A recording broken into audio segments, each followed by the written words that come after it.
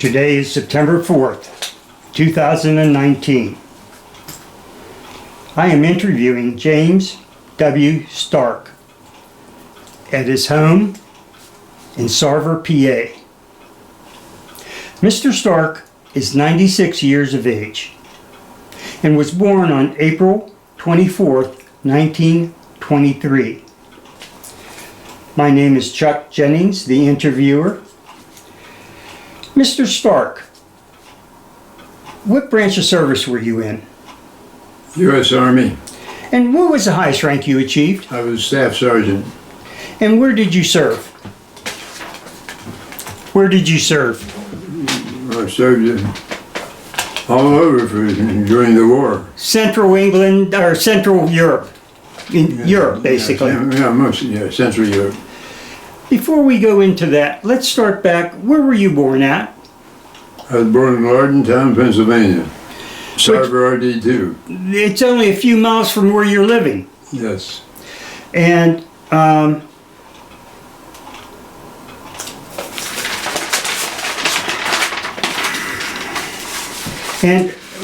at some point, you finally went to school. And where did you go to school at? I went to school at Lardintown, a mile and 2/10 from here. So you had to walk to school every day. I walked to school every day. And unfortunately, for some reason, you didn't go to high school. What happened there? I decided that I didn't want to go far away from home, and I worked at my uncle's place down by the school. That he had a mill there, and I worked there for him until I got big enough to get a license to go somewhere else. Now you worked on your dad's farm? Yes. And what would you do there too? Well, up here I did all the farm work I could do. Everything on farming I could do. So mostly with horses. Yeah, you had said that this is a fair amount of ground that I'm sitting near here. You had a single plow with 2 horses or 1 horse? Yeah, with a team of horses with a 10-inch plow, and I plowed all these fields all at once, but we plowed them every time we put a crop in. Now you talked about your horse and your dad's affection for your horses. Yeah. Could you go into that about dropping your reins and? Oh yeah, I'd plow for a field, and I'd be like in the field across the road, maybe 300 feet from here, where I plow for a while, for an hour, and then I give the horses a break, and I come to the house and get a little snack, and just let the lines down. When I go back, pick them up, and they were ready to go. They were waiting for me. Yeah, at some point, some of the horses moved on. No, you didn't do that. You didn't do that with. No, you said your dad got real attached when they passed. Oh yeah, he was really upset. Well, that was part of the money making for the farm. That was part of the machinery. Really.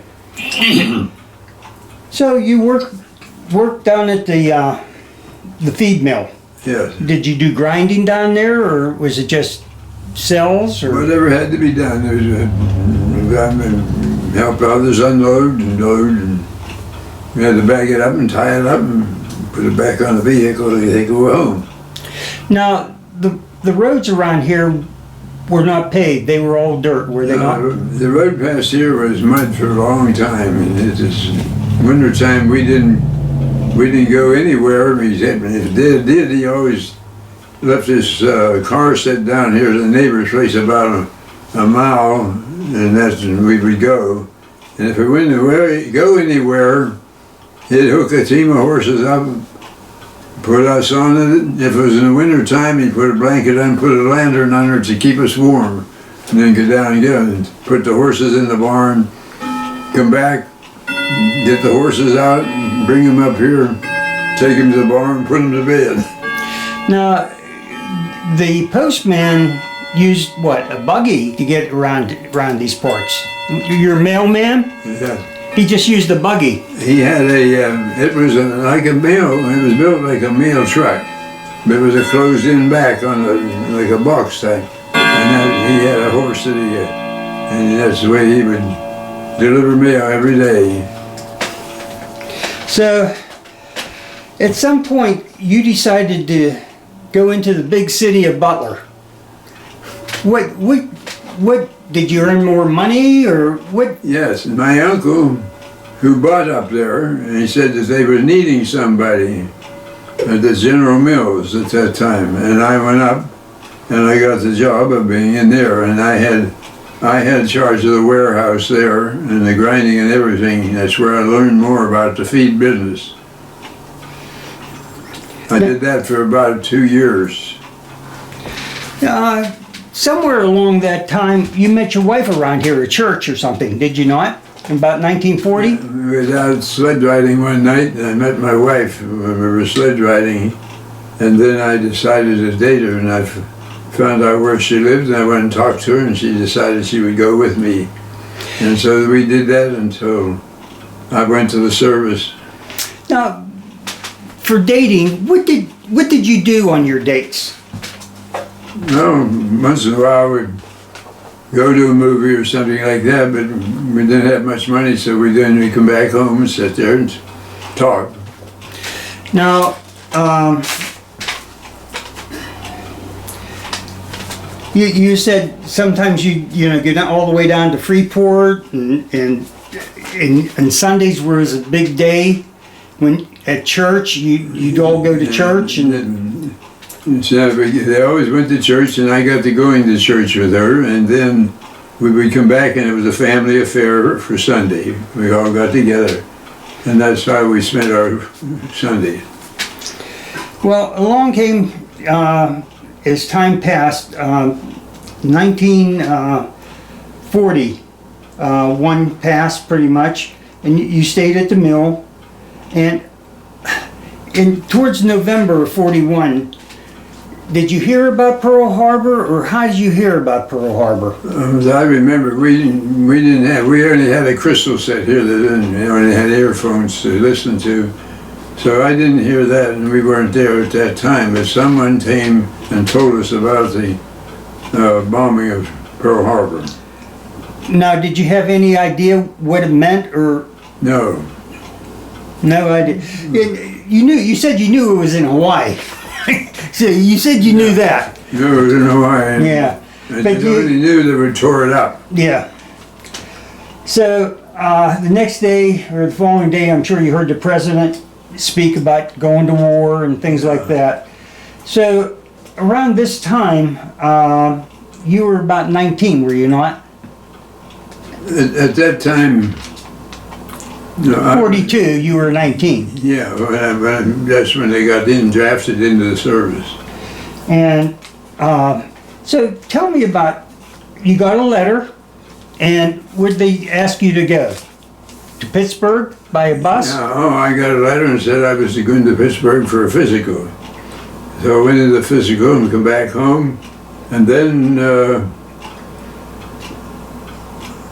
I can't think, it's in January I got my letter from the government saying I was drafted into the service, and I was to report at the courthouse in Butler, that's where they swore us in, and then put us on a bus and headed for Indiantown Gap. Now, did you pick up more people along the way? There was all of them met at the courthouse. That's where we met, and that's where they swore us all in at one time. So you had a complete bus filled at the courthouse? Yes, Okay. yes. That's where the family said goodbye there. Well, you left for Indiantown Gap, and what did you do there at Indiantown Gap? What happened at Indiantown Gap? Indiantown Gap? Yeah, what happened there? That's where they took us in and stripped us all down and packaged our clothing to send us home, and we were there. And then they prayed us through between two styles, so to speak, and then the guys on both sides shot us in the arms. And then we put our clothes on, and we were now in.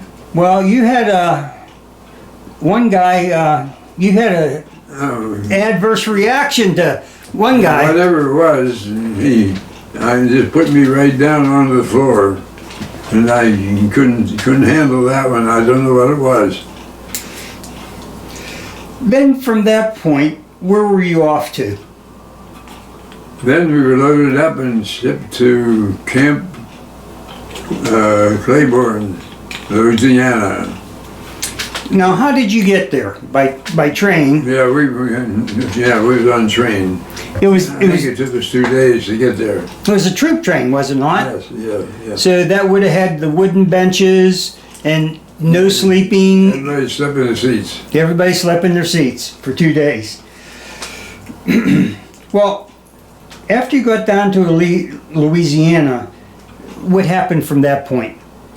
That's where we were all formed into a group, and then they started to form the company into Squads. men to take them in for that. So they made 3 squads, and out of each platoon, but there was 4 platoons in the company, and ours was the 3rd platoon. So my understanding was you took your basic there and your advanced infantry training there. Yeah, we were combat engineers at the time, and that's what we've done. And then when we thought we had our training all in place, we thought we'd get a furlough. Well, about that time, they got on one morning. They told us to get on a train. We were going up to work on the Mississippi River because it was overflowing in Arkansas. And so we went up there and we carried bags for about 3 days, and we slept in the pasture fields in our tents. That was better than boot camp. I mean, you learned to shoot your rifle. Did you get an M1 Grand in boot camp? What rifle did you shoot in boot camp? The old .6? I used I can't think of the name of the rifle that we used at that time, but I got about a #1 grade on shooting, so I did all right on that. And the obstacle courses you had no problem with because you've been living 100-pound bags. So the infiltration course, what did you think about that when they were shooting rounds over you? They were shooting machine guns at you. You had to crawl underneath the barbed wire. Oh, well, we crawled on. Well, they put us down on our stomachs, and this wire was only about a foot above us, and we had to go through there without getting caught on that. And so we had to squirm through that. And then that's when they had already formed us as squads, so we went through that. And then we were now ready we figured when we got back from Arkansas, we would be getting our furloughs. Well, we didn't get our furloughs. They loaded us up in a train and took us 5 days later. We were in New York at Indian Gap. No, Camp Shanks. Camp Shanks, yes. Yeah. So, you said you spent 30 days there at Camp Shanks. That was just everybody, making sure everybody was all ready, had all their shots, everything was done, and then they equipped us with a little more clothing there is when we waited to get on the ship. There's a reason why you didn't get a chance to go into New York and all that other stuff. I guess a cook had something to do with that? Yeah, we had. Well, a couple of boys got in a couple of days, but then this day, the cook, he didn't come back. He went over, he went over the hill, and then everybody else got confined. We couldn't go anywhere. And so, yeah. So after your 30 days, you boarded a ship. That was a pretty big ship that you were on. Oh, it was one of the greatest, and anyway, beautiful ship, and we were just proud to be on it. But we had our cards as to where we go, just as like you were a passenger. You were supposed to go in that was it. Well, it was the Queen Elizabeth, was it not? Yes, it was. What did you landed in 6 days later, we landed in Firth of Clyde in Scotland. Before that, when you came down to the ship, what did you think when you saw it? Oh, we were proud to get on that ship. I mean, big ship, a lot bigger than. Oh, it's bigger than most ships, yes. And then when we went out in the morning when this we saw the Queen, or the Statue of Liberty sink down into the water as we got further out. And then then 6 days later we were in Scotland. Now, you said they fed you fairly well on board? Oh yes, they had very good food. Because preparing us, didn't want to make us feel bad. We were going to war. Now, how many cots did you, where did you? 3 stack. 3 stack? Yeah. Were you on the bottom, the top? Yeah, I had the bottom one. Okay. So, did anybody get sick on the crossing? No, it was very steady. There was no bobbing around with that ship. And we had good weather. We were able to spend time out on top. Now, you said that there were aircraft constantly flying over her. Yeah, there was aircrafts watched over us as we were going. They went so far, then they started to come from the other end. And that's how they kept us in view all the time. Now, as you say, you landed in Scotland. Did you get on a train right away, or did you stay in Scotland for? No, we got on a train and went into England. And I'm thinking the name is High Wycombe. I'm not sure, but It was close to that. Yeah. And that was not too far from London, was it not? Wycombe was not too far from London. No, I don't know where it was from that time. When we were stationed, though, when we were training for the POL, that's when we were out of London. Oh, okay. So, what was life like in Wycombe or near Wycombe? What did you do? You woke up in the morning, and what did you do? Well, we were always drilling or doing something. They never let us rest, they kept. And then we started to train. Well, then we were making places for the airplanes to come. Well, after making 2 strips, and they decided we did a pretty good job in that. I felt we were good workers. And they came and wanted us for the Petroleum Oil Lubrication Aid, POL. And that's what they trained us for keeping the vehicles over there supplied with gasoline. Now, you made your sergeant stripes did you volunteer for this, or they just said, you're a good guy for this, for mines? Well, before I got my sergeant, well, I was up in the front of the line, and of course I was the taller ones, and then they decided, I guess, that I used to talk to the officer a lot too, and they decided they wanted me in as a sergeant, so they made me a sergeant there. Well, then later, I was a squad leader as a sergeant. Later, the platoon sergeant came in one night, and he was so drunk, and he started to upset everybody's bunk after bedtime. And somebody called the night guard, and he called the officer of the day. And then when the officer of the day came, he said to me, he said, "Is this one of your men?" I said, "No." I said, "He's my platoon sergeant." He said he was, and he tore the stripes off and he handed them to me. He said, "You are now the platoon sergeant." Now, the captain was well, how shall I say this?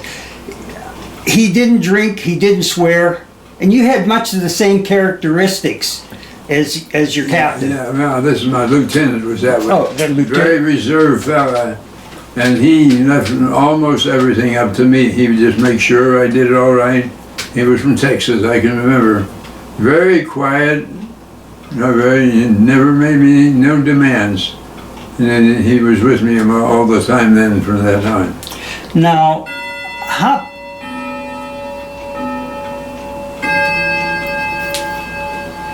how did you come about in the detecting of mines? How did you volunteer, or they just said, "Oh, gee, you look like a good guy who can find mines"? How did that come about? How did you come to be in charge of finding mines? Oh, well, that was a volunteer job. they wanted somebody to volunteer to do it, so I decided I would do it. Yes, and then I went to school for that. And what did they teach you in school, if you recall? No, it mostly talk. There was nothing. Then they showed us some of them, what they looked like and stuff like that. But that was the extent of that. We didn't lay anything in. But, So, did they teach you to probe with bayonet, or they give you minesweepers, or? we would take our bayonet and then we'd lay down on our stomachs and keep our head down with the helmet on top, and then we would probe across in front of us. And I had 13 guys with me. They thought I wasn't superstitious, but anyway, we'd have 3 feet in front of us, and we would probe until if we found something, we'd haul our mines, and that was it. We'd stop, mark it, and leave it. We never went any further. Well, eventually, on you boarded the ships on June 4th? You said you boarded the ships on June 4th to go across the channel. Did you board your ships on June 4th to go across the channel? Yeah, I think it was June 4th. And at some point you went across the channel. Were there a lot of ships crossing, or? Oh yeah, and it was all heading for that direction. And there was just hundreds of them. You wouldn't believe what would happen. Germany knew we were there, but they thought we would attack up about 200 miles. We went down to Normandy, and that's where they knew about the large beach and all that, solid, they could join it. And then that's at 6 o'clock in the morning they attack. Now, what beach did you land on? I was on Omaha Beach. So, I went in on one of the landing crafts, and where they flip the front end down and say, "Here, we're here." well, what were you thinking before you got there? You were standing in line, getting ready to go down the rope ladders. What was going through your mind? When you were on board ship, getting ready to land in Normandy, you had to go down the rope ladders. Oh yeah, What was going on in your mind? Never thought a thing about it. We knew we had to go. But it was like a rope net, and then we crawled down in that bobbing landing craft, and then we'd take off. And But you just figured, okay, what was going to happen is going to happen. No turn. I used to say to the guys, "Come on, we got to do it. That's the only way we go home." So you landed at the beach, and you had to set up a tank installation or something there. Yeah, well, we had to, this was where we had to start, so we got our machinery in, because the engineer machinery, and then we had to put a roadway up around the cliff to get up to where we had to put a 12,000 barrel tank, and we had that with us, and we would put that up, and then the ship came in, and then they pumped the fuel up into that, and we had to have that ready. And then we would supply the trucks that come there and fill up the jerry cans. Now, when did that tank have to be welded, or did they have plastic inside? It was all with rubber gaskets and bolts. That's what we put that. Sections of tank was a problem. I would say they were about 6 foot square and sinking. And they were all bolted together with those gaskets. And that would be, I forget how high they were, I think it was 4 or 5 high. Now, once you completed that job, where were you off to from that point? Well, after we got going down they had the place at Cherbourg the Germans had been taken out of there, and we found that they had tanks underground, and we would be able to use them if we got down there. So that we moved down there, and that's where we set up. Then from then on, we had to supply there because it was already set up. Now, you said were you involved going down to clean the tanks? You make sure that there was the right thing in the tanks? And for the tanks, at Cherbourg? You said you had to go underground to make sure they were clean and didn't Oh, have... they were underground, yeah. They were all underground, but you could get to them. And they had to go in there and make sure they wasn't contaminated and make sure everything was out of it, and then they started to fill them. I forget how big they were, but they were big. So, at that point, how long did you stay at Cherbourg before you started running pipe? Well, I think it was only about 4 days that we were out there starting. Then you started laying pipe. We had to wait till we got there for us to do it. That's the biggest thing, we had to wait. Now, Cherbourg, did they have the port open at that time? Because the Germans had sunk a lot of ships. Once they got them there, they opened that port. That's how then we went down there and the ship come in there. Okay. With the gasoline. So then you started running line. Describe what the pipe were like and how you hooked them up. We had 2 4-inch and a 6-inch. And these pipes were made out of fairly light material, and some of them was made at Armico, by the way.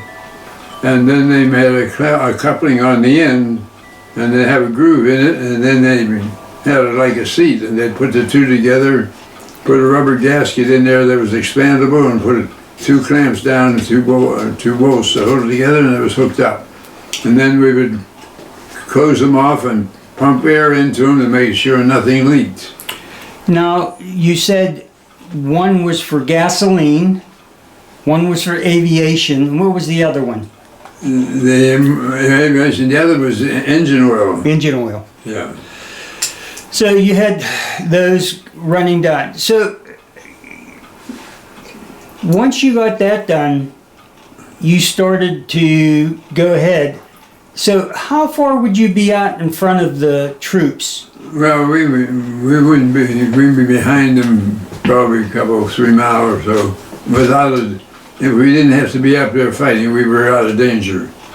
And we would do that, and then as we were laying these lines, we would come to the mountains, we had to have pump stations too, so we had to have men equipped for that to set a pump station. And those pump stations ranged, I saw some were like 32 miles, some were 50 miles, and so it varied a lot where the pump stations were. The terrain had to do with that. The terrain is where it was, but you had to push it over the high spot.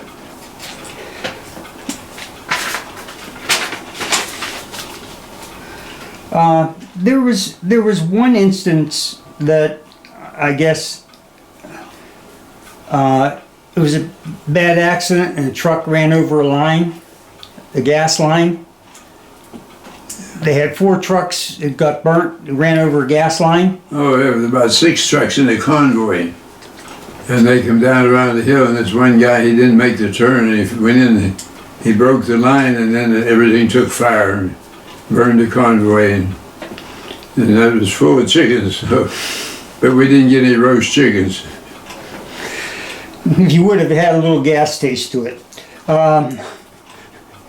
So you continually stayed ahead of the troops. The troops are 5 miles, 4 miles. It just depended on the day they were moving. You were in like 4 miles ahead of your unit searching for mines. Not always. After we usually were closer than that when I had to look at them. But it was, I guess it'd be about 2 to 3 miles. Okay, and you said the French citizens helped you a lot, or? Yes, they were very helpful. They said, careful mines, as they pointed out to us. And I'd check it out. Yes, it was. So just put a sign, mines. Did the French treat you nicely, or? They were very nice to us. Very nice. I got a ride by the way, I got a ride into Paris one day in a Jeep. And we was in there, and here there was a sniper in there, we had to get out of town. We rode into Paris, and so we didn't go back into Paris for a while, because they were too close then, and the snipers were still in the city. Yeah, they're still in action. They didn't know that they had moved on. So we heard them shooting, but we got out of town. Now, you said around Cherbourg that there was quite a bit of mud. Everything got down there. There was so much as the 6x6s were pushing mud to drive through it, and they were tearing up tires for all the Shrapnel. scrapple that was in the ground from the bombs, as the bombs had bombed the city before. And then there's just hundreds of tires laying around, just unable, but they kept it going. And we had a supply that was really a supply for what we were doing. I don't know of anything we were really short on, and that was it. It was there.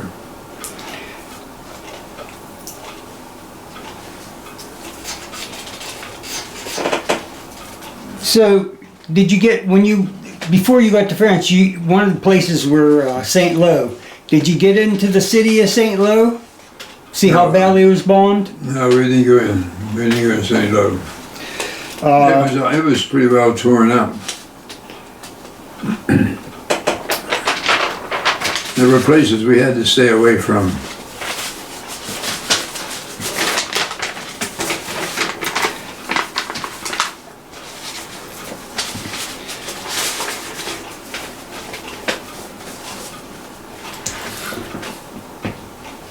I'll just spell this, Alencon. That was another city another major city that was on your route. You know, as you kept on the pipeline going.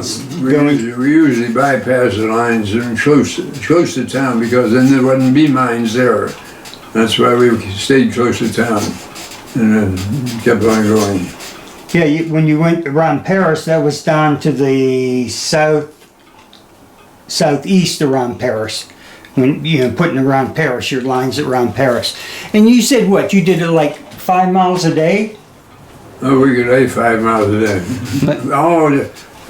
Well, our crew could lay 5, but there was 4 crews. We could lay, actually, the company could lay 20 miles a day. Oh, okay. Yes, the four of them at all. Yeah, we could run 20 miles a day. Oh, okay. So, yeah, that was and pretty. that's when the Germans started to go and get going back. They were moving quite fast, and we were able to. It kept us busy keeping them up. Now, as staff sergeant, what other jobs were you responsible for? Did you have any other jobs you were responsible for? Well, it was up for me to check my men and make sure they were all okay and doing things that they needed to be done. That was my job. So at some point, again, you would, if there were no mines or near a city or something, you would come back and start to help put the pipes together, did you not? If you were near a city where there were no mines, you came back and helped put pipes together. Oh yeah, I'd lead my crew. I'd lead my crew to go do that. Because I could always leave it, because they had so much to do. There was no problem, they had to push them. They kept it up. Yeah.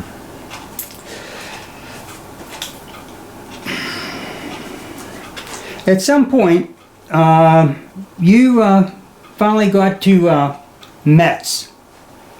And that was towards the end of the war. And what happened? What happened when the war ended for you? When the war was over, we went back to Reims, France, our company, and we started to build tent cities, so to speak, for those who would come there and stay there until their number came up and then come home. And that's where we would do that. And we worked the POWs to build those things. I said, one day I come over looking for one garden,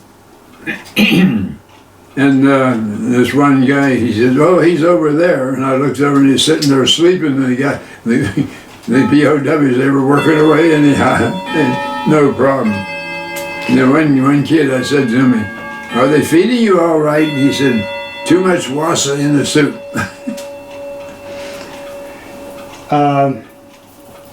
But when the war ended, coming back to Metz, what did when I came home, I was terribly happy. What were you feeling when the war ended? What was I doing? No, what were you feeling inside when the war ended? Oh, well, we were all overwhelmed, you know. We know my number didn't come up. I was there quite a while before mine came up. But, you know, still, you know, after, what was it, year and 2 years and some that you were in the service, and all of a sudden it ended. I mean, I would think you would be... No, we were overjoyed.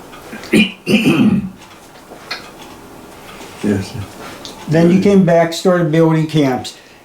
Was that before the time you were in mess line? And you noticed one gentleman taking food over to a tent? Oh yeah. Was this was when we had one of the camps built. And we saw this when we were going. We eat out of our mess kits and then we wash them. Well, this guy, he comes over, he washed his. He went back for seconds, which they had seconds sometimes. And then I saw him carry them out of there.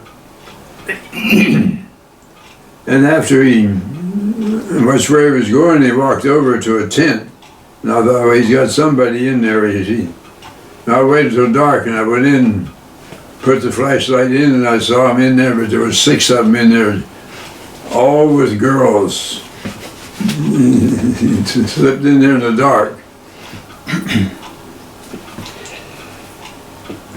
Finally, your number came up, and you crossed the Atlantic. Was the weather okay coming back across? We had storm most of the way back because we were right ahead of it, and it was quite rough. I mean, did guys get sick on that one, or it was pretty much... Yeah, we didn't dare go outside. We had to stay down. It was that rough, where you were below decks? Yeah, the name of the thing that the ship that I came back on was called the Waycross.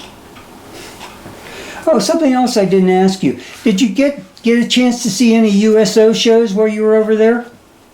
USO shows? No, there wasn't none there at that time. No. What about the Red Cross Donut Girls? Did you get a chance to... The Red Cross was there, and yeah, that was about the only one.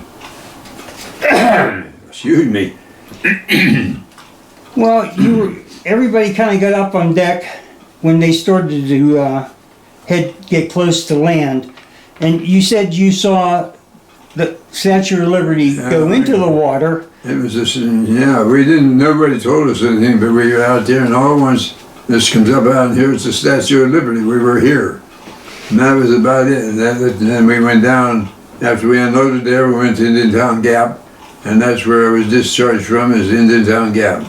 Then I got home on the 30th of November of 1945. So, when you got home, did you go to work right away, or what happened at that time? I got home on 30th of November, and I decided I was going to have that feed store, and I had Dad look up a place in Saxonburg.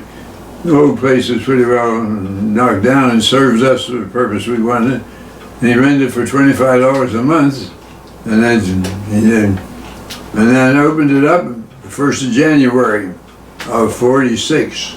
I only loafed that month long enough to get it going, and I started at a feed store by itself, and after a few months I realized that feed wasn't going to do it alone.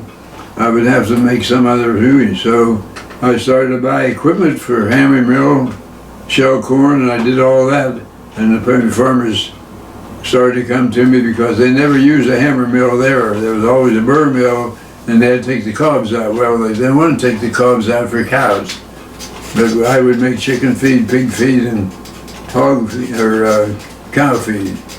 Yeah, you said your dad was really helpful when you decided to get your hammer going. Yeah, I told Dad I wanted the hammer. He said, well, I know a guy that sells them. So he went out east something, he was gone all day, and he come back. There he has a little 4-cylinder engine on a little farm type hammer mill. I said, Dad, I'll never do it. And he just looked at me and I said, it looks like you have to go back. He said, yes. So I finally then started to look for what I wanted, and I found what I needed then when I started. And by the way, the first engine I bought was a 4-cylinder that you cranked it to make it go. And then later I bought a diesel, 3-cylinder diesel. And right there on Main Street, that exhaust pipe sticking out the window. And Mr. Brockman out at the edge of town a ways, he said he looked for I don't know how many days for an airplane. He never saw one come. Every time he said, every once in a while that thing started up. And I said, it was my hammer mill. But I stayed with it for 16 years. It was going strong. So about everything anybody wanted, I'd do it. I had 3 trucks and 3 guys. And about every other Monday, I had 30 tons of concentrated foods down at Ivywood. That's what we would use. And when you figure 300 pounds of grain with that, it was a lot of grinding we did. And it was quite often. And then something I didn't tell you is when it got going bigger, I had to buy another engine. I bought a 4-cylinder. And then I put in another mixer so that I could grind into one while I was taking the other one out. And then again we got bigger, and I ended up with a 6-cylinder diesel.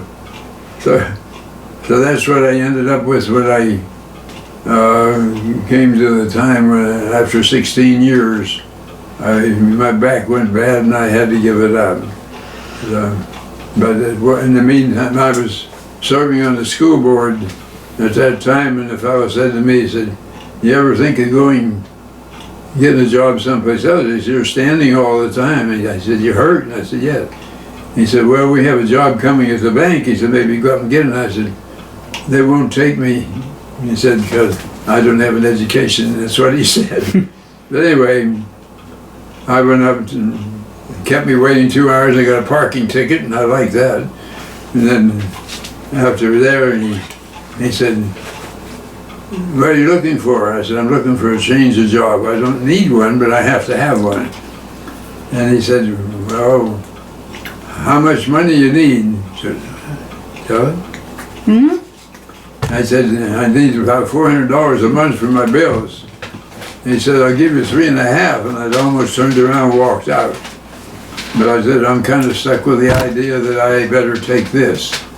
And he said, well, if you're taking it, he said, be here in 2 weeks or don't bother to even come. And that's where I spent almost 9 years there. And then I moved to another bank where I heard they were going to expand. And that's where I got another job there. And I stayed there for just about 9.5 years.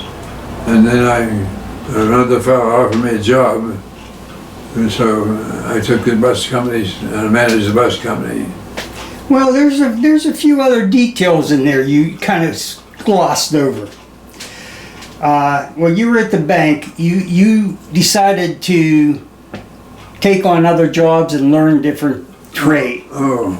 Like going to the courthouse, land deeds, and then you would... Oh, at the bank, yes. I started to do that. Everything that I could possibly do, I did. And then I was in charge of the stock supplies. I was put in charge of that. And then I was always going up before and recording things that's happened to somebody. But then I was going with another guy. Well, then I got the job there. So I was improving everything I could do as more, and people even stood in line to wait for me to wait on them. Now, you said you just glanced over this, but you were a bank manager. The one gentleman, go into that story.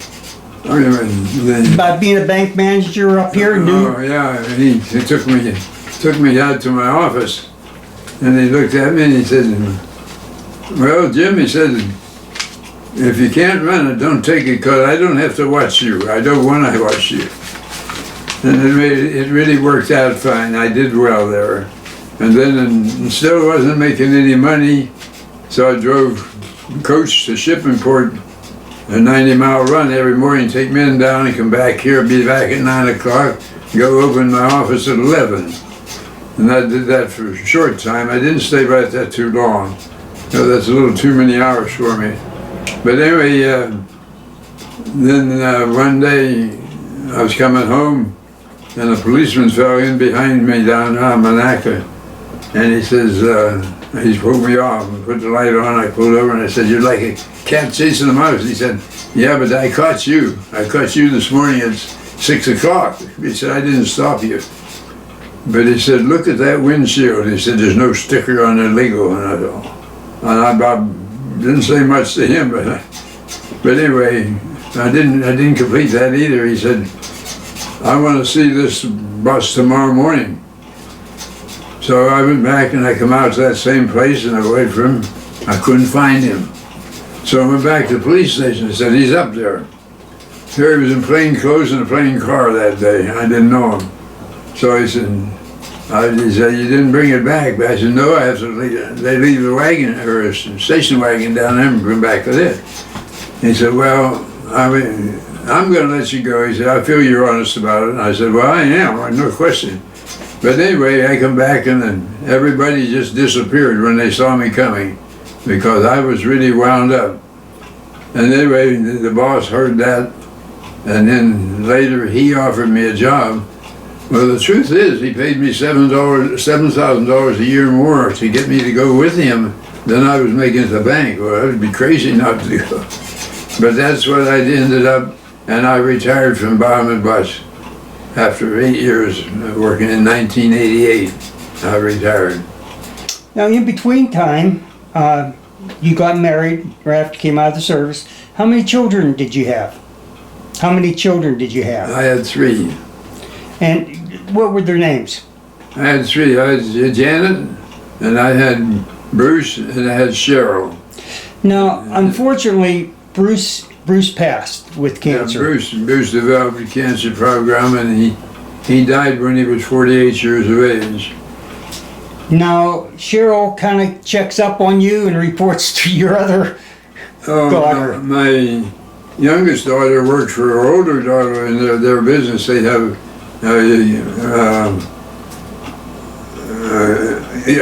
repair cars, and they had 46 people working for them, and she said she would go up and work for her sister, and I said, "You sure you can work for your sister?" She said, "Well, if she hires me, she'll be my boss and I'll keep my mouth shut."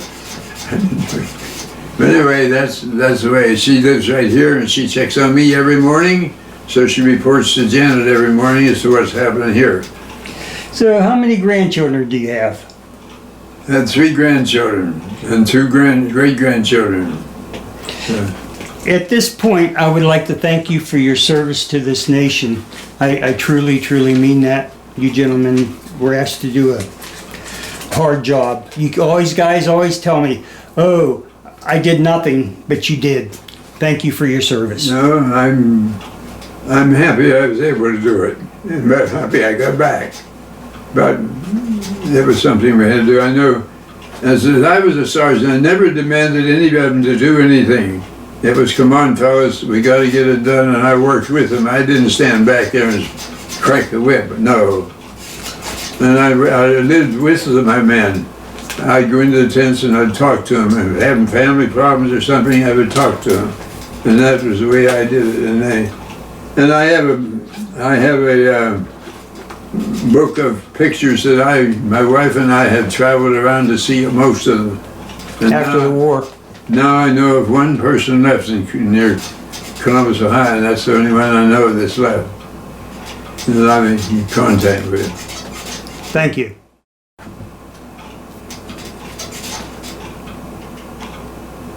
That was it. Okay. That's 49 minutes. 49? Yeah. Think enough time? Yeah. That's perfect, actually, because they don't like to go over an hour.